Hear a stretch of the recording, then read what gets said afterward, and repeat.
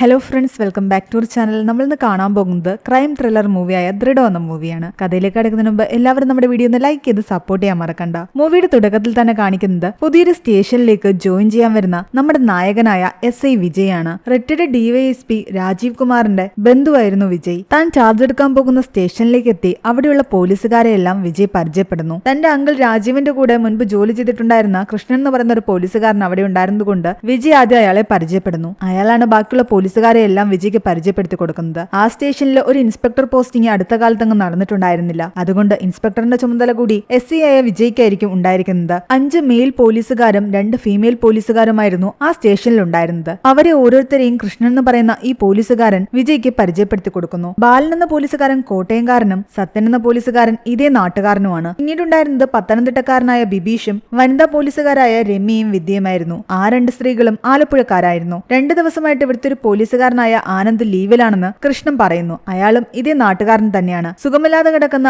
അമ്മയെ ഹോസ്പിറ്റലിൽ കൊണ്ടുപോകാൻ വേണ്ടിയിട്ടായിരുന്നു അയാൾ ലീവ് എടുത്തിരുന്നത്. അങ്ങനെ എല്ലാവരെയും വിജയ് പരിചയപ്പെടുന്നു. ആ സ്റ്റേഷനിൽ അങ്ങനെ വലിയ കേസുകളൊന്നും വരാറുണ്ടായിരുന്നില്ല. പൊതുവെ ശാന്തമായൊരു പ്രദേശമായിരുന്നു അത്. ചെറുപ്പക്കാരനായ SI കണ്ടതോടുകൂടി പോലീസുകാരി വിദ്യയാകട്ടെ വിജയ് ഒന്ന് നോട്ടമിട്ടിട്ടുണ്ടായിരുന്നു. ഇവരെല്ലാവരും താമസിക്കുന്ന ക്വാർട്ടേഴ്സിൽ തന്നെ ഒരു റൂമിലാണ് നമ്മുടെ നായകൻ വിജയും താമസിക്കുന്നത്. ആ സ്ഥലത്തെ ഒരു പ്രധാന രാഷ്ട്രീയ പ്രവർത്തകനായിരുന്നു സാബു എന്ന് പറയുന്ന ഇയാൾ. പുതിയ SI വന്ന സ്ഥിതിക്ക് ഒന്ന് പോയി പരിചയപ്പെടണമെന്ന് അയാൾ മറ്റുള്ളവരോട് പറയുന്നുണ്ട്. ഇവരുടെ സ്റ്റേഷനിൽ ഇൻസ്പെക്ടർ ഇല്ലാത്തത് കാരണം DYSP അലക്സിന്റെ അടുത്ത് പോയിട്ടാണ് വിജയ് ഒഫീഷ്യലായിട്ട് ജോയിൻ ചെയ്യുന്നത്. ആ നാടും പരിസരവും എല്ലാം തന്നെ കാണിക്കാൻ വേണ്ടിയിട്ട് കൃഷ്ണനും ബാലനും വിജയ് കൊണ്ടുപോകുന്നു. വിജയ് പാലക്കാട്ടുകാരനാണ്. കൃഷിയൊക്കെ ഉള്ളത് കാരണം അവന്റെ അച്ഛനും അമ്മയും പാലക്കാട്ട് തന്നെയായിരുന്നു നിൽക്കുന്നത്. വിജയുടെ ആദ്യത്തെ പോസ്റ്റിംഗ് ആയതുകൊണ്ട് തന്നെ അവന് ഒരു എക്സ്പീരിയൻസിന്റെ കുറവുണ്ടായിരുന്നു. എന്നാൽ എല്ലാവരോടും വളരെ സ്നേഹത്തോടു കൂടിയായിരുന്നു വിജയ് പെരുമാറിക്കൊണ്ടിരുന്നത്. അമ്മയ്ക്ക് സുഖമില്ലാത്തത് കാരണം ലീവ് എടുത്തിരുന്ന ആനന്ദ് എന്ന് പറയുന്ന പോലീസുകാരന്റെ വീട്ടിലേക്ക് വിജയ് പോകുന്നുണ്ട്. കുറച്ച് നാളായിട്ട് സ്ട്രോക്ക് വന്ന് കിടക്കുകയായിരുന്നു ആനന്ദിന്റെ അമ്മ. കുറച്ചുനേരം ആനന്ദിനോടും വൈഫിനോടും അമ്മയോടും ഒക്കെ സംസാരിച്ചിരുന്നിട്ട് വിജയും കൂട്ടരും അവിടെ നിന്ന് ഇറങ്ങി. ക്വാർട്ടേഴ്സിൽ വെച്ചിട്ട് വിദ്യയാകട്ടെ കരാട്ടയൊക്കെ പ്രാക്ടീസ് ചെയ്യുന്നത് വിജയ് കാണുന്നുണ്ടായിരുന്നു. പിറ്റേന്ന് സ്റ്റേഷനിലെത്തിയപ്പോൾ വിദ്യയോട് അതിനെപ്പറ്റി ചോദിക്കുകയും ചെയ്യുന്നു. താൻ കരാട്ടയിൽ ബ്ലാക്ക് ബെൽറ്റ് ആണെന്നാണ് വിദ്യ പറയുന്നത്. ക്വാർട്ടേഴ്സിലെ എല്ലാവരും ചേർന്നിട്ട് ഒരുമിച്ചിരുന്ന് മദ്യപിക്കുകയും പഴയ കേസുകളെ പറ്റിയൊക്കെ സംസാരിക്കുകയും ചെയ്യുന്നുണ്ട്. വിജയ് അവർ കൂടെ കൂടാൻ ക്ഷണിച്ചെങ്കിലും താൻ മദ്യപിക്കാറില്ല, നിങ്ങൾ എൻജോയ് ചെയ്തു എന്ന് പറഞ്ഞിട്ട് വിജയ് അവിടെ നിന്നും പോയി. അതിന്റെ ഇടയ്ക്ക് ടൗണിലെ മഹാറാണി ബാർ നടത്തുന്ന ഒരു ഉടമയാകട്ടെ വിജയ് കാണാൻ വരുന്നു. സാധാരണ പുതിയ SIമാരോ ഇൻസ്പെക്ടർമാരോ ജോയിൻ ചെയ്ത് കഴിഞ്ഞാൽ ഇതുപോലെ വലിയ സ്ഥാപനങ്ങൾ നടത്തുന്ന ആൾക്കാർ വരികയും അവർക്ക് കുറച്ച് കാശ് കൊടുക്കുകയും ചെയ്യുമായിരുന്നു. എന്നാൽ ഈ പതിവൊന്നും എന്റെ അടുത്ത് വേണ്ടാന്ന് വിജയ് പറയുന്നു. വിജയ് അത് വാങ്ങില്ല എന്നുള്ള കാര്യം കൃഷ്ണനോടും ആ ഉടമ പറയുന്നുണ്ട്. അയാൾ പോയി കഴിഞ്ഞതും വിജയ് ആകട്ടെ കൃഷ്ണനോട് വിളിച്ചു ചോദിക്കുന്നുണ്ട് ഇതൊക്കെ എന്താണെന്ന്. എന്നാൽ സ്റ്റേഷനിലെ പല അറ്റകുറ്റപ്പണികൾക്കും കൂടാതെ ഇവിടെ ഇരിക്കുന്ന ഫയൽസിന്റെയൊക്കെ റീബൈൻഡിങ്ങിന് വേണ്ടിയിട്ട് ഒരുപാട് കാശ് ചെലവാകുന്നുണ്ട്. എന്നാൽ അതിനു വേണ്ടിയിട്ട് മുകളിലേക്ക് അപ്ലൈ ചെയ്തപ്പോൾ ഇതുവരെയും കാശൊന്നും അനുവദിച്ചു തന്നിട്ടില്ല. നമ്മളുടെ കയ്യിൽ നിന്ന് എടുക്കാൻ പറ്റാത്തത് കാരണം ഇങ്ങനെ ആരെങ്കിലും തരുന്ന കാശ് കൊണ്ടാണ് ഇതൊക്കെ ചെയ്യുന്നതെന്നാണ് കൃഷ്ണൻ പറയുന്നത്. എന്നാൽ വിജയ്ക്ക് അതൊന്നും ഇഷ്ടപ്പെട്ടിട്ടുണ്ടായിരുന്നില്ല. പക്ഷെ ഇതൊക്കെ ഒരു അണ്ടർസ്റ്റാൻഡിംഗ് പോയാൽ മതി എന്നാണ് കൃഷ്ണൻ പറയുന്നത്. നിങ്ങൾ എന്താണെന്ന് വെച്ചാൽ ചെയ്തോളാൻ പറഞ്ഞിട്ട് വിജയ് അതിൽ നിന്ന് ഒഴിവായി. നാട്ടിലെ ചെറിയ അടിപിടി കേസൊക്കെ ഒത്തുതീർപ്പാക്കാൻ വിജയ് ചെന്നെങ്കിലും ആ രാഷ്ട്രീയക്കാരൻ സാബു അതിനകത്ത് കയറി ഇടപെടുന്നു. സാബു അനാവശ്യമായിട്ട് സംസാരിക്കുന്നത് വിജയ്ക്ക് ഇഷ്ടപ്പെട്ടില്ല. അതുകൊണ്ട് തുടക്കം തന്നെ അവർ തമ്മിലുള്ള ബന്ധം അത്ര രസത്തിലായിരുന്നില്ല. ഈ അടിപിടി കേസിൽ വിജയ് അറസ്റ്റ് ചെയ്തുകൊണ്ട് വന്ന ഒരു പയ്യന്റെ കയ്യിൽ നിന്ന് കഞ്ചാവും കിട്ടി. ഇത് FIR ഇട്ട് കേസാക്കണമെന്നുള്ള ഒറ്റ നിർബന്ധത്തിൽ നിൽക്കുകയായിരുന്നു വിജയ്. എന്നാൽ ഒരു വിധത്തിലാണ് കൃഷ്ണൻ വിജയെ പറഞ്ഞ് മനസ്സിലാക്കുന്നത്. അവൻ പുറത്തേക്കൊക്കെ പോകാൻ നിൽക്കുന്നത് അവന്റെ ഭാവി പോവും, അതുകൊണ്ട് കേസാക്കണ്ടെന്ന്. ആ പയ്യനെ പുറത്തിറക്കാൻ വേണ്ടിയിട്ട് ഈ സാബു ആകട്ടെ വിജയ്ക്ക് കാശ് കൊടുക്കാൻ ശ്രമിച്ചു. ദേഷ്യം വന്ന വിജയ് ആകട്ടെ സാബുവിനോട് അവിടെ നിന്ന് ഇറങ്ങി പോകാൻ പറഞ്ഞു. ഒടുവിൽ കൃഷ്ണൻ സോഫ്റ്റ് ആയിട്ട് വിജയെ പറഞ്ഞ് മനസ്സിലാക്കിയതുകൊണ്ടാണ് വിജയ് തൽക്കാലം ആ പയ്യന്റെ പേരിൽ കേസൊന്നും എടുക്കാതിരുന്നത്. ഇങ്ങനത്തെ ചെറിയ സംഭവങ്ങളൊക്കെ ഒത്തുതീർപ്പാക്കി വിടുന്നതാ നല്ലത്, വെറുതെ കേസിനൊന്നും നിൽക്കണ്ടെന്നാണ് കൃഷ്ണൻ എപ്പോഴും വിജയോട് പറയുന്നത്. അങ്ങനെ ഇരിക്കെ റെജി എന്നൊരാളുടെ പറമ്പിൽ പുല്ല് വെട്ടാമെന്നൊരു തൊഴിലാളിയാകട്ടെ പറമ്പിൽ നിന്ന് ഒരു കൈപ്പത്തി കണ്ടെടുക്കുന്നു. വിജയും കൂട്ടരും സ്പോട്ടിലെത്തുകയും അന്വേഷണം നടത്തുകയും ചെയ്തു. കൈപ്പത്തി ഇവിടെ ഉണ്ടെങ്കിൽ ബാക്കി അവശിഷ്ടങ്ങളും ഇവിടെ എവിടെയെങ്കിലും കാണും. അവരുടെ അന്വേഷണത്തിൽ നിന്ന് ആ പറമ്പിന്റെ മറ്റൊരു ഭാഗത്തു നിന്നും അവർ ഒരു ബോഡി കണ്ടെത്തുന്നു. ഏകദേശം ഒരാഴ്ചയോളം പഴക്കമുള്ള ബോഡിയായിരുന്നു അത്. താൻ ജോയിൻ ചെയ്ത ഉടനെ തന്നെ ഇത്രയും വലിയൊരു കേസ് വന്നതോടുകൂടി വിജയ് കുറച്ച് ടെൻഷനിലായിരുന്നു. പോസ്റ്റ്മോർട്ടത്തില് 30-നും 35-നും ഇടയിൽ പ്രായമുള്ള പുരുഷന്റെ ശരീരമാണ് അതെന്ന് കണ്ടെത്തി. മരണകാരണം കമ്പി പോലുള്ള എന്തോ വസ്തു ഉപയോഗിച്ച് തലയുടെ പിൻഭാഗത്ത് അടിച്ചതായിരുന്നു. എന്നാൽ അയാൾ മരിക്കുന്നതിന് മുൻപ് അയാളുടെ ശരീരത്തിൽ ഒരുപാട് മുറിവുകളും ഉണ്ടായിട്ടുണ്ട്. ബോഡി ഐഡന്റിഫൈ ചെയ്യാൻ പറ്റാത്തത് കാരണം അടുത്തിടെ ഈ നാട്ടിൽ നിന്നും മിസ്സിംഗ് ആയിട്ടുള്ള ആൾക്കാരുടെ എണ്ണമെല്ലാം എടുക്കാൻ വിജയ് മറ്റുള്ളവരോട് പറയുന്നു. കൂടാതെ അടുത്തുള്ള സ്റ്റേഷനിലെ മിസ്സിംഗ് കേസുകളും അവർ അന്വേഷിക്കുന്നുണ്ടായിരുന്നു. മർഡർ നടന്നത് ആ സ്ഥലത്ത് വെച്ചാണെങ്കിൽ അവിടെ നിന്ന് എന്തെങ്കിലും എവിഡൻസ് കിട്ടുമെന്ന് കരുതിയിട്ട് അവർ ആ പറമ്പെല്ലാം വീണ്ടും പരിശോധിക്കുന്നു. പക്ഷെ അവിടെ നിന്ന് കാര്യമായിട്ടൊന്നും കിട്ടിയില്ല. ആ പറമ്പിന്റെ ഓണറായ റെജിയോട് സംസാരിക്കുന്നു. റെജി പറയുന്നത് കൃഷിയൊന്നും ചെയ്യാത്തത് കാരണം കാട് കയറി കിടന്നിരുന്ന പ്രദേശമായിരുന്നു അതെന്നാണ്. ആ വീട്ടില് അപ്പോൾ റെജി ഒറ്റയ്ക്കേ ഉണ്ടായിരുന്നുള്ളൂ. ഒരാഴ്ച മുമ്പ് ഭാര്യയുടെ വീട്ടില് ഒരു കല്യാണത്തിന് വേണ്ടി വേണ്ടിയിട്ട് അയാളുടെ വൈഫും മകനും മരുമകളും പോയെന്നാണ് ഇയാൾ പറയുന്നത്. ഇയാളുടെ ഫാമിലിയൊക്കെ വിവാഹത്തിൽ പങ്കെടുത്തിട്ടുണ്ടോ എന്ന് കൺഫേം ചെയ്യാൻ വേണ്ടിയിട്ട് ആ സ്റ്റേഷനിലേക്ക് ഒന്ന് വിളിച്ചു ചോദിക്കാൻ വിജയ് കൃഷ്ണനോട് പറയുന്നു. അങ്ങനെ ഈ കൊലപാതക കേസ് അന്വേഷിച്ചുകൊണ്ടിരിക്കെ തന്നെ 2 ദിവസം കഴിഞ്ഞപ്പോൾ വിജയ്ക്ക് ഒരു കോള് വരുന്നു. ആ നാട്ടിലെ പ്രധാന ഫിനാൻസ് ആയ ആനമല ഫിനാൻസിലും മോഷണം നടന്നിരിക്കുന്നു. സെക്യൂരിറ്റിയെ 3 പേർ ചേർന്നിട്ട് ബോധം കെടുത്തി CCTV ക്യാമറയിലെല്ലാം തന്നെ സ്പ്രേ ചെയ്ത ശേഷമാണ് പൂട്ട് പൊളിച്ച് അകത്ത് കടന്നിരിക്കുന്നത്. അതിനുശേഷം അവിടെ ഉണ്ടായിരുന്ന ലോക്കർ അതുപോലെ തന്നെ ഇളക്കി ബാക്കിലുണ്ടായിരുന്ന ജനല് പൊളിച്ച് അതുവഴിയാണ് ഈ കള്ളന്മാർ രക്ഷപ്പെട്ടിരിക്കുന്നത്. CCTV ക്യാമറ ചെക്ക് ചെയ്യുമ്പോൾ ഈ 3 പേർ സെക്യൂരിറ്റി ആക്രമിക്കുന്നതും CCTVയിൽ സ്പ്രേ ചെയ്യുന്നിടം വരെ ഉണ്ടായിരുന്ന വിഷ്വൽസ് എല്ലാം തന്നെ അതിലുണ്ടായിരുന്നു. ബാക്കിയുള്ള സേഫുകളെല്ലാം വിട്ടിട്ട് ഒരു സേഫ് മാത്രം എന്തുകൊണ്ടാണ് കള്ളന്മാർ കൊണ്ടുപോയതെന്ന് വിജയ് ചിന്തിക്കുന്നു. എന്നാൽ മോഷണം പോയ ആ സേഫിന് ബാക്കിയുള്ള സേഫിനേക്കാൾ വലുപ്പം കുറവായിരുന്നു എന്നാണ് അവിടുത്തെ മാനേജർ പറയുന്നത്. ആ ഫിനാൻസിന്റെ ഓണർ ഷാജി എന്ന് പറയുന്ന ആളായിരുന്നു. 3-4 പേർക്ക് ഈസി ആയിട്ട് ഉയർത്തിക്കൊണ്ട് പോകാൻ പറ്റുന്നതായിരുന്നു ഇപ്പോൾ മോഷണം പോയ ആ ചെറിയ സേഫ്. അതുകൊണ്ട് കള്ളന്മാര് ജനല് പൊളിച്ച് അതുവഴി തന്നെയായിരിക്കാം അത് കൊണ്ടുപോയിരിക്കുന്നതെന്ന് ഏകദേശം ഉറപ്പായി. മോഷണം നടന്നു എന്നറിഞ്ഞതോടുകൂടി ജനങ്ങളെല്ലാം തന്നെ ഫിനാൻസിന് മുന്നിൽ തടിച്ചുകൂടി തങ്ങളുടെ എല്ലാം പണം നഷ്ടപ്പെട്ടു എന്ന് പറഞ്ഞിട്ട്. എന്നാൽ അതിൽ ചിലരൊക്കെ പറയുന്നുണ്ട് ഇതിന്റെ ഉടമസ്ഥൻ ഷാജി തന്നെയായിരിക്കാം തന്റെ ആൾക്കാരെ വെച്ച് ഇവിടെ മോഷണം നടത്തിയതെന്ന്. ആൾക്കാരെയൊക്കെ മാറ്റി വിജയ് ജീപ്പിലേക്ക് കയറാൻ തുടങ്ങാൻ നേരത്ത് ആ ആൾക്കൂട്ടത്തിൽ നിന്ന് ഒരാളാകട്ടെ വിജയ് നോക്കുന്നതായിട്ട് വിജയ് ശ്രദ്ധിക്കുന്നു. എന്നാൽ ഒന്നുകൂടി തിരിഞ്ഞു നോക്കിയപ്പോഴേക്കും അയാളെ അവിടെ കാണുന്നുണ്ടായിരുന്നില്ല. സ്റ്റേഷനിലെത്തിയ ശേഷം ഈ ഫിനാൻസിന്റെ ഉടമ ഷാജിയോടും അവിടുത്തെ മാനേജറിനോടും സംസാരിക്കുമ്പോൾ അവർ പറയുന്നുണ്ട് ഈ അടുത്തിടെ ഫിനാൻസിൽ വന്ന് മനോജ് എന്ന് പറയുന്ന ഒരാൾ ബഹളം ഉണ്ടാക്കിയിട്ടുണ്ടായിരുന്നു എന്ന്. ഈ ഫിനാൻസ് തകർക്കൂന്നൊക്കെ പറഞ്ഞിട്ട് വെല്ലുവിളിച്ചിട്ടാ പോയത്. അയാളുടെ വീടും സ്ഥലവും പണയം വെച്ച് അയാൾ അവിടെ നിന്ന് ലോൺ എടുത്തിട്ടുണ്ടായിരുന്നു. പലിശ തിരിച്ചടയ്ക്കാൻ പറ്റാത്തത് കാരണം ആ വീട് സ്ഥലവും ഫിനാൻസുകാർ ജപ്തി ചെയ്യുന്നുള്ള രീതിയിലെത്തിയിരുന്നു. അതിൽ ദേഷ്യം വന്നിട്ടാണ് ഈ മനോജ് പ്രശ്നം ഉണ്ടാക്കിയത്. കൂടാതെ ഈ ഫിനാൻസിനെ പറ്റി മറ്റുള്ളവരോട് വിജയ് അന്വേഷിച്ചപ്പോൾ എല്ലാവരും പറയുന്നത് ചെറിയ രീതിയിൽ പലിശയ്ക്ക് കൊടുത്ത് വളർന്നു വന്നൊരു ഫിനാൻസ് ആയത്. പക്ഷെ പതിയെ പതിയെ കൊള്ള പലിശ ആൾക്കാരിൽ നിന്ന് വാങ്ങാൻ തുടങ്ങി. അതോടുകൂടി ഒരുപാട് ആൾക്കാർ ഈ ഫിനാൻസ് കാരണം മോശം അവസ്ഥയിൽ എത്തിയിട്ടുമുണ്ട്. മോഷണം നടന്ന രാത്രിയിൽ പോലീസുകാരൻ നൈറ്റ് പെട്രോളിങ്ങിന് പോയത് ഏത് ഏരിയയിലേക്കായിരുന്നു എന്ന് വിജയ് ചോദിച്ചപ്പോൾ ബിബീഷ് പറയുന്നുണ്ട് താനും ആനന്ദും പൂക്കോട് ഭാഗത്തേക്കാണ് പോയതെന്ന്. വിജയ് ആകെ ടെൻഷനിലായിരുന്നു. ആദ്യത്തെ കൊലപാതക കേസ് ഒരു തീരുമാനമായിട്ടില്ല, അതിന്റെ കൂടെ മോഷണ കേസും. ഫിനാൻസിന്റെ മുതലാളി ഷാജി പറഞ്ഞിട്ടുണ്ടായിരുന്നല്ലോ മനോജ് എന്ന് പറയുന്ന ഒരാൾക്ക് ഈ ഫിനാൻസിനോട് ദേഷ്യം ഉണ്ടായിരുന്നുവെന്ന്. അങ്ങനെ വിജയ് മനോജിന്റെ വീട്ടിൽ ചെല്ലുന്നു. കഴിഞ്ഞ 16-ാം തീയതി മനോജ് ഇവിടെ നിന്ന് പോയതാണെന്നും അതിനുശേഷം 2 ദിവസം കഴിഞ്ഞിട്ട് വിളിച്ചിരുന്നുവെന്നും അയാളുടെ വൈഫ് പറയുന്നു. പിന്നീട് അയാളുടെ ഒരു കോണ്ടാക്റ്റും ഉണ്ടായിരുന്നില്ല, ഫോൺ സ്വിച്ച് ഓഫ് ആയിരുന്നു. ഫിനാൻസിലെ മോഷണത്തിന് പിന്നില് മനോജ് ആയിരിക്കാമെന്ന് വിജയ് സംശയിച്ചപ്പോൾ അയാളുടെ ഭാര്യ പറയുന്നുണ്ട് മനോജേട്ടൻ അങ്ങനൊന്നും ചെയ്യില്ല എന്ന്, അയാൾ ഒരു പാവമാണെന്ന്. അവിടെ നിന്നും ഇറങ്ങിയ വിജയ്ക്ക് മറ്റൊരു സംശയം കൂടി തോന്നുന്നു. 16-ാം തീയതിയാണ് മനോജ് വീട്ടിൽ നിന്നും പോകുന്നത്. ആ തോട്ടത്തിൽ നിന്ന് ഇവർക്ക് ബോഡി കിട്ടുന്നത് 24-ാം തീയതിയും. ബോഡിക്ക് ഏകദേശം ഒരാഴ്ചത്തെ പഴക്കമുണ്ട്.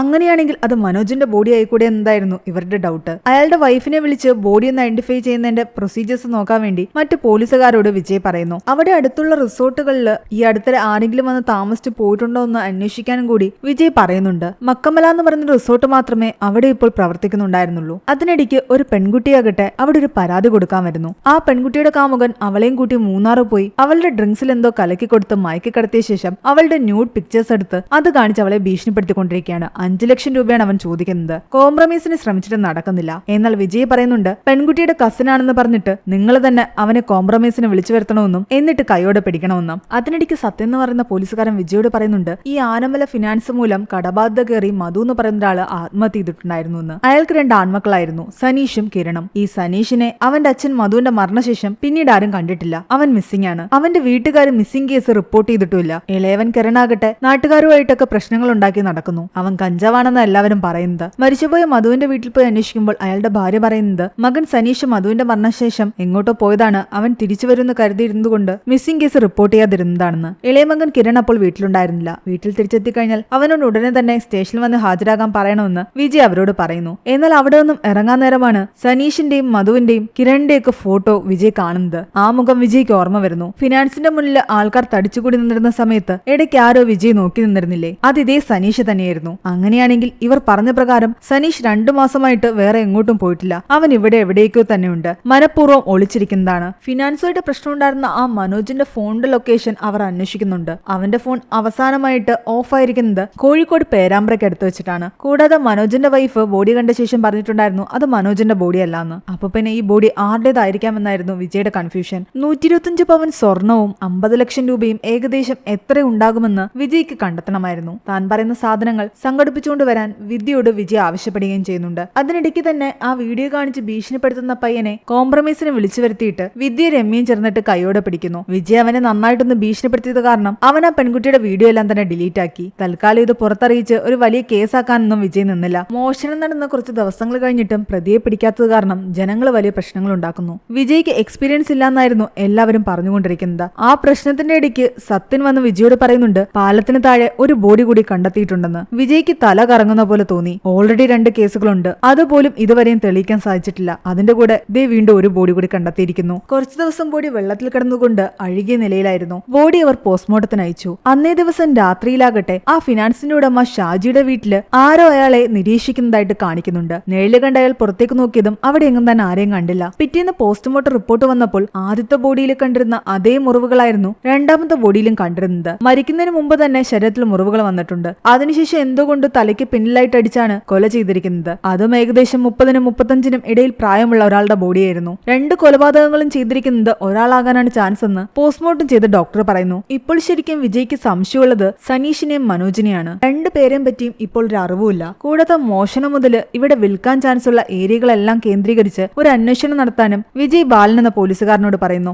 മുകളിൽ നിന്നും വിജയ്ക്ക് കുറച്ച് പ്രഷർ ഉണ്ടായിരുന്നു. മർഡറും റോബറിയും തമ്മിൽ എന്തെങ്കിലും കണക്ഷൻ ഉണ്ടോ എന്ന് ചോദിക്കുമ്പോൾ അതിന് സാധ്യത കുറവാണെന്നാണ് വിജയ് പറയുന്നത്. കാരണം റോബറി നടക്കുന്നതിന് 2 ദിവസം മുന്നെയാണ് ആദ്യത്തെ ബോഡി കിട്ടിയിരിക്കുന്നത്. രണ്ടാമത്തെ ബോഡിയാകട്ടെ റോബറിക്ക് ശേഷവും. കേസ് തെളിയിക്കാനുള്ള പ്രഷർ വിജയുടെ തലയ്ക്ക് മുകളിൽ നിൽക്കുന്നത് കാരണം അവൻ ആകെ ടെൻഷനിലായിരുന്നു. കൃഷ്ണൻ എന്ന പോലീസുകാരനാണ് അവനെ ആശ്വസിപ്പിക്കുന്നത്. ഇതൊക്കെ നമ്മുടെ ജോലിയിൽ പതിവാണെന്നും ഇനി കേസ് തെളിയിക്കാൻ പറ്റാതെ പോയാൽ കൂടിപ്പോയൊരു ട്രാൻസ്ഫറോ അല്ലെങ്കിൽ ഒരു സസ്പെൻഷനോ കിട്ടും, അതിൽ വലുതൊന്നും വരാനില്ല എന്നാണ് അയാൾ പറയുന്നത്. പിറ്റേന്ന് മുതൽ അവർ ഊർജിതമായിട്ട് അന്വേഷണം നടത്തുന്നുണ്ടായിരുന്നു. പലരെയും ക്വസ്റ്റ്യൻ ചെയ്യുന്നു. അതിനിടയ്ക്ക് ആ ആത്മഹത്യ ചെയ്ത മധുവിന്റെ രണ്ടാമത്തെ മകൻ കിരൺ ആകട്ടെ സ്റ്റേഷനിൽ വന്ന് ഹാജരാകുന്നു. സനീഷിനെ പറ്റി ചോദിക്കുമ്പോൾ തനിക്കൊന്നും അറിയില്ലെന്നും അവൻ തന്നെ വിളിച്ചിട്ടില്ലെന്നുമാണ് കിരൺ പറയുന്നത്. തൽക്കാലം വിജയ് കിരണിനെ വിട്ടയച്ചു. അങ്ങനെയിരിക്കെ അന്ന് രാത്രിയിലാകട്ടെ നൈറ്റ് പെട്രോളിങ്ങിന് ഇറങ്ങിയ വിജയ്ക്ക് സ്റ്റേഷനിൽ നിന്നും ഒരു കോള് വരുന്നു. മക്കമല റിസോർട്ടിന്റെ അടുത്ത് വെച്ച് ഒരാൾ ഒരു ബോഡി ചുമന്നുകൊണ്ട് പോകുന്നത് ആരോ കണ്ടു എന്ന് പറഞ്ഞിട്ട് സ്റ്റേഷനിൽ വിളിച്ച് പറഞ്ഞു എന്ന് പറഞ്ഞായിരുന്നു സ്റ്റേഷനിൽ നിന്നും ലേഡി പോലീസുകാരി വിജയ് വിളിച്ച് പറഞ്ഞത്. വിജയ് പെട്ടെന്ന് ആ സ്ഥലത്തേക്ക് പോകുന്നു. വിജയും മറ്റു പോലീസുകാരും ചേർന്നിട്ട്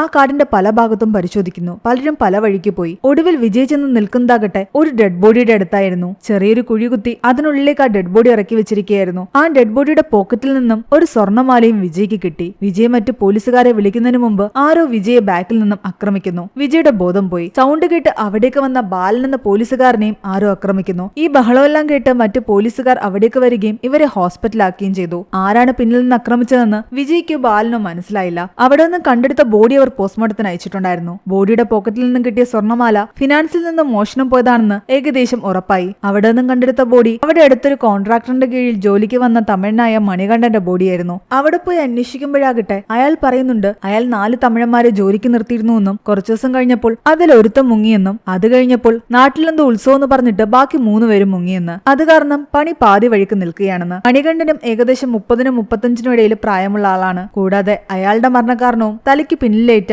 അടി തന്നെയായിരുന്നു. ഇതിനു മുമ്പ് നടന്ന 2 കൊലപാതകങ്ങൾ പോലെ തന്നെ ഈ തമിഴന്മാർ താമസിച്ചിരുന്ന വീട് മുഴുവൻ ഇവർ പരിശോധിക്കുന്നു. ആ പരിശോധനയിൽ സത്യൻ എന്ന് പറയുന്ന ഒരു പോലീസുകാരൻ ആ ഫിനാൻസിന്റെ ഒരു ചെറിയ റെസിപ്റ്റ് കണ്ടെടുക്കുന്നു. സ്വർണം പണയം വെക്കുമ്പോൾ ആ കവറിൽ ടാഗ് ചെയ്തിടുന്നതായിരുന്നു അത്. അതോടെ ഇവർക്ക് ഉറപ്പായി ഈ തമിഴന്മാർ തന്നെയായിരിക്കാം ഫിനാൻസിൽ നിന്ന് സ്വർണം മോഷ്ടിച്ചിരിക്കുന്നത്. കാരണം മണികണ്ഠന്റെ പോക്കറ്റിൽ നിന്ന് കിട്ടിയ സ്വർണം അവിടെ നിന്ന് മോഷണം പോയതാണെന്ന് തെളിഞ്ഞു. കൃഷ്ണൻ എന്ന പോലീസുകാരൻ പറയുന്നുണ്ട് ഈ തമിഴന്മാരില് അരുൾ എന്ന് പറയുന്ന ഒരു തമിഴൻ വിജയ് ഇവിടെ ജോയിൻ ചെയ്യാൻ വരുന്നതിന് 2 ദിവസം മുമ്പ് ഇവിടെ വന്നിരുന്നുവെന്നും ഒരു കംപ്ലൈന്റ് കൊടുത്തിരുന്നുവെന്നും ബാക്കിയുള്ള 3 തമിഴന്മാരായ മണികണ്ഠനും അൻപും കുമാറും ചേർന്ന് തന്നെ ഉപദ്രവിക്കുന്നുവെന്നും ഇവിടെ നിന്നും താൻ ജോലി വിട്ട് പോകണമെന്ന് പറഞ്ഞ് ബഹളം ഉണ്ടാക്കുന്നുവെന്നുമായിരുന്നു. അപ്പോഴേക്കും സത്യൻ എന്ന് പറയുന്ന പോലീസുകാരൻ വന്ന് പറയുന്നുണ്ട് ഇതിനു മുമ്പ് ഇവർക്ക് കിട്ടിയ ആദ്യത്തെ 2 ബോഡികളും ഐഡന്റിഫൈ ചെയ്തുവെന്ന്. ആദ്യത്തത് അരുളും രണ്ടാമത്തത് അൻപുമായിരുന്നു. അപ്പോൾ ആ തമിഴന്മാരില് 3 പേർ മരിച്ചിരിക്കുന്നു. അരുളും അൻപുവും മണികണ്ഠനും. 4ാമനായിട്ടുള്ള കുമാർ മാത്രമേ ബാക്കിയുള്ളൂ. 4 പേരും ചേർന്നിട്ട് ഫിനാൻസിൽ മോഷണം നടത്തിയ ശേഷം ഒറ്റയ്ക്ക് കാശ് മുഴുവൻ സ്വന്തമാക്കാൻ വേണ്ടിയിട്ട് കുമാർ ബാക്കി എല്ലാവരെയും കൊന്നതായിരിക്കാമെന്നായിരുന്നു പോലീസുകാർ പറയുന്നത്. എന്നാൽ വിജയ് പറയുന്നുണ്ട് അത് ശരിയാകില്ല എന്ന്. കാരണം മോഷണം നടക്കുന്നതിന് 2 ദിവസം മുൻപാണ് അൻപിന്റെ ബോഡി കണ്ടെത്തിയിരിക്കുന്നത്. അത് കേട്ട് വിദ്യ പറയുന്നുണ്ട് ചിലപ്പോൾ ഇവർ 4 പേരും ചേർന്നിട്ട് മോഷണം നടത്താൻ പ്ലാനിട്ട് കാണും. എന്നാൽ അവസാന നിമിഷം അരുൾ പിന്മാറിയിട്ടുണ്ടാകാം. അതുകൊണ്ടായിരിക്കാം ഇവർ അരുളിനെ കൊന്നത്. അതിനുശേഷം പ്ലാൻ ചെയ്ത പ്രകാരം ഇവർ മോഷണം നടത്തി. പിന്നീട് ബാക്കിയുള്ള 2 പേർക്കും കൂടി ആ കാശ് കൊടുക്കാൻ വയ്യാത്തത് കാരണം കുമാർ അവരെയും കൊന്നിട്ട് ആ കാശുമായിട്ട് മുങ്ങി. അങ്ങനെയാകാനും സാധ്യതയില്ലേന്ന്. അതിനുള്ള സാധ്യത വിജയ് തള്ളിക്കളഞ്ഞില്ല. മിക്കവാറും അതുതന്നെയായിരിക്കാം സംഭവിച്ചിരിക്കുന്നത്. ഈ തമിഴന്മാരുടെ 4 പേരുടെ നാട് തമിഴ്നാട്ടിലെ ഒരേ സ്ഥലത്ത് തന്നെയായിരുന്നു. അതുകൊണ്ട് അവിടുത്തെ പോലീസ് സ്റ്റേഷനിൽ ഇവരെ പറ്റി അന്വേഷിക്കാൻ ബാലനോട് വിജയ് പറയുന്നു. പിന്നീട് കാണിക്കുന്നത് അന്ന് രാത്രി ഷാജിയാകട്ടെ ഏതോ ഒരു ലേഡിയുടെ വീട്ടിൽ പോയ ശേഷം തിരിച്ചു വന്ന് കാറിലേക്ക് കയറാൻ നേരത്ത് സമയത്ത് അയാളെ ഒരാൾ ആക്രമിക്കുന്നതാണ്. അയാളുടെ അടുത്ത് നിന്നും ഷാജി എങ്ങനെയൊക്കെ രക്ഷപ്പെട്ടോടുന്നു. പെട്ടെന്ന് പോലീസിൽ വിവരം അറിയിക്കുന്നു. പക്ഷെ വീണ്ടും അയാൾ ഷാജി ആക്രമിക്കാൻ വന്നു. അയാൾ കാറിലേക്ക് തിരിച്ചു കയറി ഹോൺ അടിച്ച് ബഹളം ഉണ്ടാക്കി. അപ്പോഴേക്കും അടുത്തുള്ള വീട്ടിൽ നിന്നെല്ലാം ആൾക്കാർ ഓടിക്കൂടി. ഷാജിയെ ഉപദ്രവിക്കാൻ വന്ന ആള് ഓടി രക്ഷപ്പെടുകയും ചെയ്തു. പോലീസുകാരൻ കറക്റ്റ് സമയത്തെത്തി. ഷാജിയെ ഉപദ്രവിക്കാൻ വന്ന ആള് ഓടിപ്പോയ പറമ്പിന് ചുറ്റും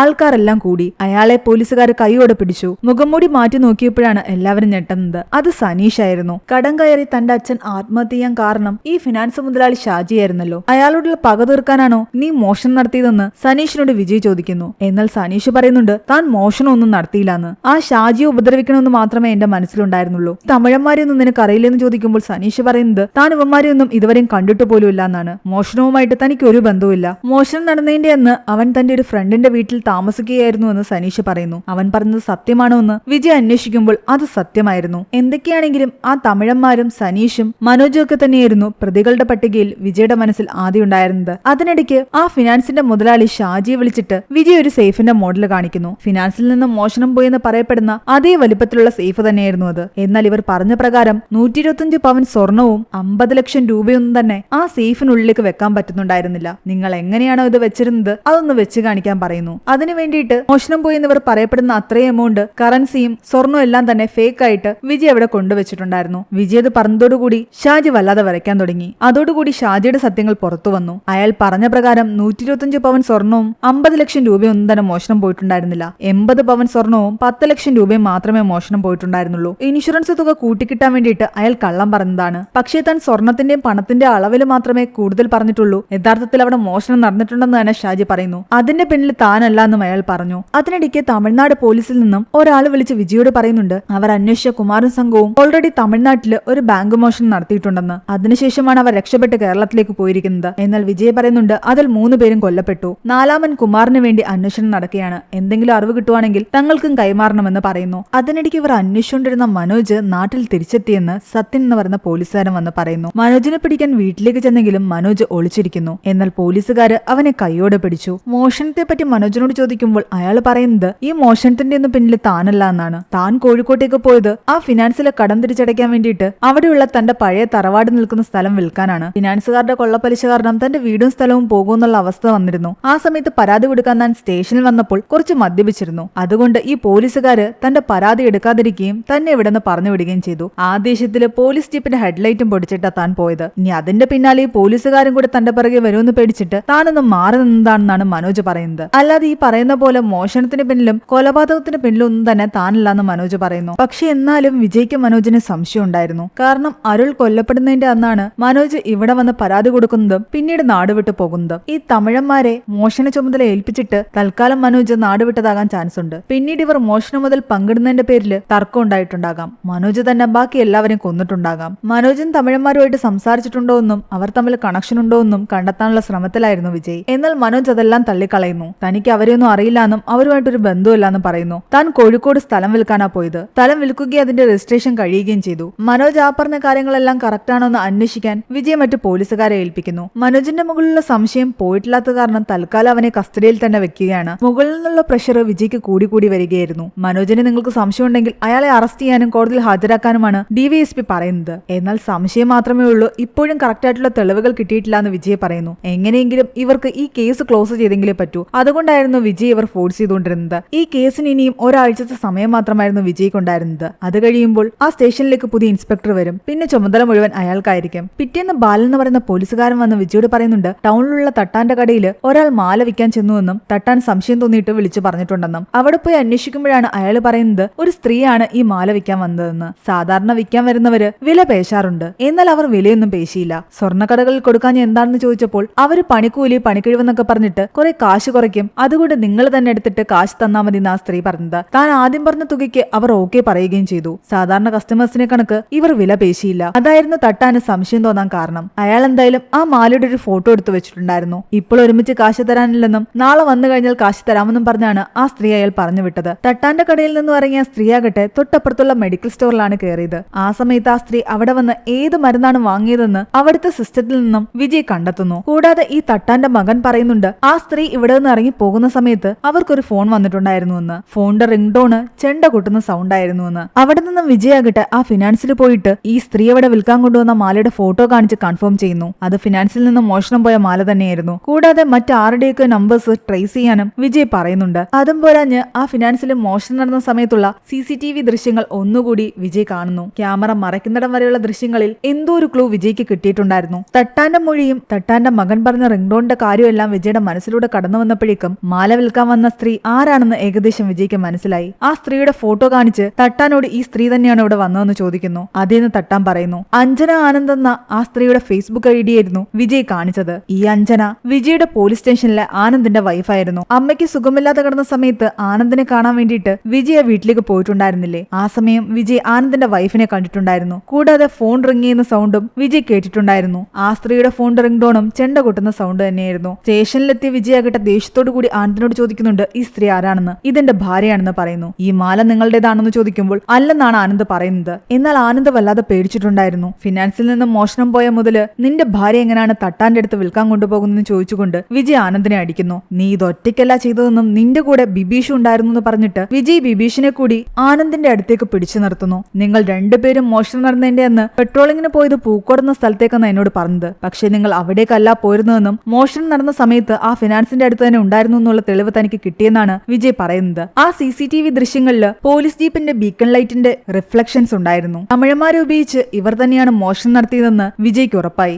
ഒരു ഫാമിലിയെ പോലെയൊക്കെ നിങ്ങളെ കണ്ടിട്ട് കൂടെ നിന്ന് ചതിക്കുകയായിരുന്നില്ലെന്നും ഇത് ഞാൻ മുകളിൽ റിപ്പോർട്ട് ചെയ്യാൻ പോവുകയാണെന്നും പറഞ്ഞിട്ട് വിജയ് മുകളിലേക്ക് കോൾ ചെയ്യാൻ തുടങ്ങിയതും സത്യൻ അവന്റെ ഫോൺ വാങ്ങി എറിഞ്ഞു പൊട്ടിക്കുന്നു. അതോടുകൂടി വിജയ്ക്ക് മനസ്സിലായി സത്യനും ഇവരുടെ കൂടെ ചേർന്നിട്ടുണ്ടായിരുന്നുവെന്ന്. എന്താണെങ്കിലും താൻ ഇത് റിപ്പോർട്ട് ചെയ്യും, കൃഷ്ണേട്ട ഫോൺ താ എന്ന് പറഞ്ഞുകൊണ്ട് വിജയ് തിരിഞ്ഞെങ്കിലും കൃഷ്ണൻ ഫോൺ കൊടുത്തില്ല. അപ്പോഴാണ് വിജയ്ക്ക് കാര്യം മനസ്സിലായത്. ഇവരെല്ലാവരും ഒരുമിച്ച് തന്നെയാണ്. കൃഷ്ണന്റെയും ഈ ബാക്കിയുള്ള പോലീസുകാരുടെയും ഒരുമിച്ചുള്ള ശ്രമം തന്നെയായിരുന്നു ഈ മോഷണം. ഇത് വിട്ടുകളഞ്ഞേക്ക്, ഒരു കയ്യബദ്ധം പറ്റിയതാ. ഇതിന്റെ പേരിൽ ഇനി കേസിന്റെ ഒന്നും പിറകെ പോകണ്ട എന്നാണ് കൃഷ്ണൻ വിജയോട് പറയുന്നത്. എന്നാൽ വിജയ്ക്ക് വിശ്വസിക്കാനേ പറ്റുന്നുണ്ടായിരുന്നില്ല. നടന്ന കാര്യങ്ങളൊക്കെ ഞങ്ങൾ പറയാം, പക്ഷെ സാർ ഇതൊന്നും മുകളിൽ റിപ്പോർട്ട് ചെയ്യാൻ പാടില്ല എന്നാണ് കൃഷ്ണൻ പറയുന്നത്. ഒരു ഡ്രഗ്സ് കേസിലായിരുന്നു അരുളിനെ ഇവർ കൈയോടെ പിടിച്ചത്. കൂടെയുള്ള അൻപും കുമാറും മണികണ്ഠയൊക്കെ മൊഴിയനുസരിച്ച് അരുളാണ് ഡ്രഗ്സ് സപ്ലൈ ചെയ്യുന്നതെന്നാണ് അവർ പറഞ്ഞത്. എന്നാൽ അരുളിനെ ക്വസ്റ്റ്യൻ ചെയ്ത സമയത്ത് അരുൾ പറയുന്നുണ്ട് താൻ മാത്രമല്ല ബാക്കി എല്ലാവരും ഇതിന്റെ പിന്നിലുണ്ടെന്ന്. പോലീസുകാര് അരുളിനെ അടിച്ചപ്പോൾ ദേഷ്യം വന്ന് അരുൾ പോലീസുകാരെ തിരിച്ചടിച്ചു. പോലീസുകാരന്റെ ദേഹത്ത് കൈവച്ചതോടുകൂടി ആ സ്റ്റേഷനിലുണ്ടായിരുന്ന എല്ലാ പോലീസുകാർക്കും ദേഷ്യം വരികയും അരുളിനെ അവിടെയിട്ട് ഉപദ്രവിക്കുകയും ചെയ്തു.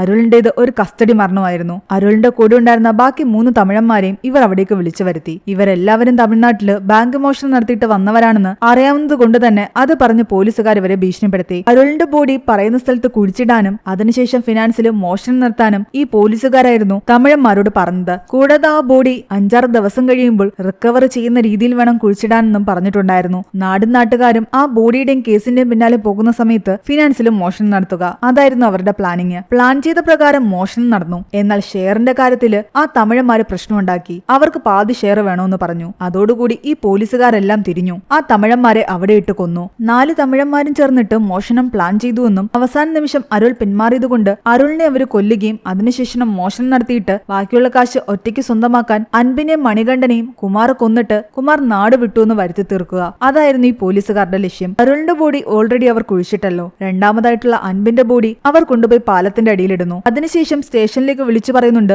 മക്കമല റിസോർട്ടിന്റെ അടുത്തുകൂടി ഒരാൾ ബോഡി ചുമന്നുകൊണ്ട് പോകുന്ന കണ്ടു എന്ന് പറഞ്ഞിട്ട് മനഃപൂർവ്വം വിജയുടെ കണ്ണിലേക്ക് മണികണ്ഠന്റെ ബോഡി എത്തിക്കുക എന്നതായിരുന്നു ഈ പോലീസുകാരുടെ അടുത്ത ലക്ഷ്യം. ആ ബോഡിയുടെ അടുത്തേക്ക് വന്ന വിജയുടെ തലക്കടിച്ച് വീഴ്ത്തിയത് ആനന്ദ് എന്ന് പറയുന്ന പോലീസുകാരനായിരുന്നു. തമിഴന്മാരുടെ വീട്ടില് പരിശോധനയ്ക്ക് ചെന്നപ്പോൾ സത്യൻ എന്ന് പറയുന്ന പോലീസുകാരൻ തന്നെ തന്റെ പോക്കറ്റിലുണ്ടായിരുന്ന ആ ചീട്ട് മനഃപൂർവ്വം അവിടെ വെച്ചതാണ്. സത്യങ്ങളൊക്കെ മനസ്സിലായ സ്ഥിതിക്ക് സാർ ഇതൊന്നും മുകളിൽ അറിയിക്കാൻ നിൽക്കണ്ടെന്നും ഈ കേസ് ഇവിടെ വെച്ചങ്ങ് വിട്ടേക്കാനുമാണ് പറയുന്നത്. എന്നാൽ അകത്തുള്ള ലാൻഡ് ലൈൻ ഉപയോഗിച്ച് DVSP വിളിക്കാൻ പോവുകയായിരുന്നു വിജയ്. പക്ഷെ അപ്പോഴേക്കും അകത്തുണ്ടായിരുന്ന വിജയ് ആക്രമിക്കുന്നു. വിജയ് ശരിക്കും ഞെട്ടിപ്പോയി. വിദ്യയും ഇവരുടെ കൂടെ തന്നെയായിരുന്നു. ആകെ ഇവരുടെ കൂടെ ഇല്ലാത്തത് ബാലനും രമ്യയും മാത്രമായിരുന്നു. ഈ പോലീസുകാരെല്ലാം ചേർന്നിട്ട് വിജയ് ആക്രമിക്കുന്നു. കുമാറിനെ പിടിക്കാൻ ശ്രമിക്കുന്നതിനിടയിൽ വിജയ് കുമാർ കൊന്നിട്ട് കടന്നു കളഞ്ഞു എന്ന് വരുത്തി തീർക്കാനായിരുന്നു ഈ പോലീസുകാരുടെ പ്ലാൻ. പക്ഷെ അപ്പോഴും കുമാറിനെ എവിടെയാണ് നിങ്ങൾ കൊന്നിട്ടിരിക്കുന്നതെന്ന് വിജയ് ചോദിച്ചെങ്കിലും ആ പോലീസുകാർ പറയുന്നത് ആ സത്യം തങ്ങൾ ആരോടും പറയില്ല എന്നാണ്. വിജയ് ഇവരുമായിട്ട് കുറെ നേരം ഫൈറ്റ് ചെയ്തു. ഒരുപാട് പരുക്കുകൾ വിജയ്ക്ക് പറ്റി. എന്നാൽ പൂർവാധിക ശക്തിയോടെ അവൻ ഇവരെ എല്ലാവരെയും തിരിച്ചടിക്കുകയും എല്ലാവരെയും കീഴ്പ്പെടുത്തുകയും ചെയ്തു. അപ്പോഴേക്കും കുറച്ചു കഴിഞ്ഞപ്പോഴേക്കും മറ്റു പോലീസുകാരും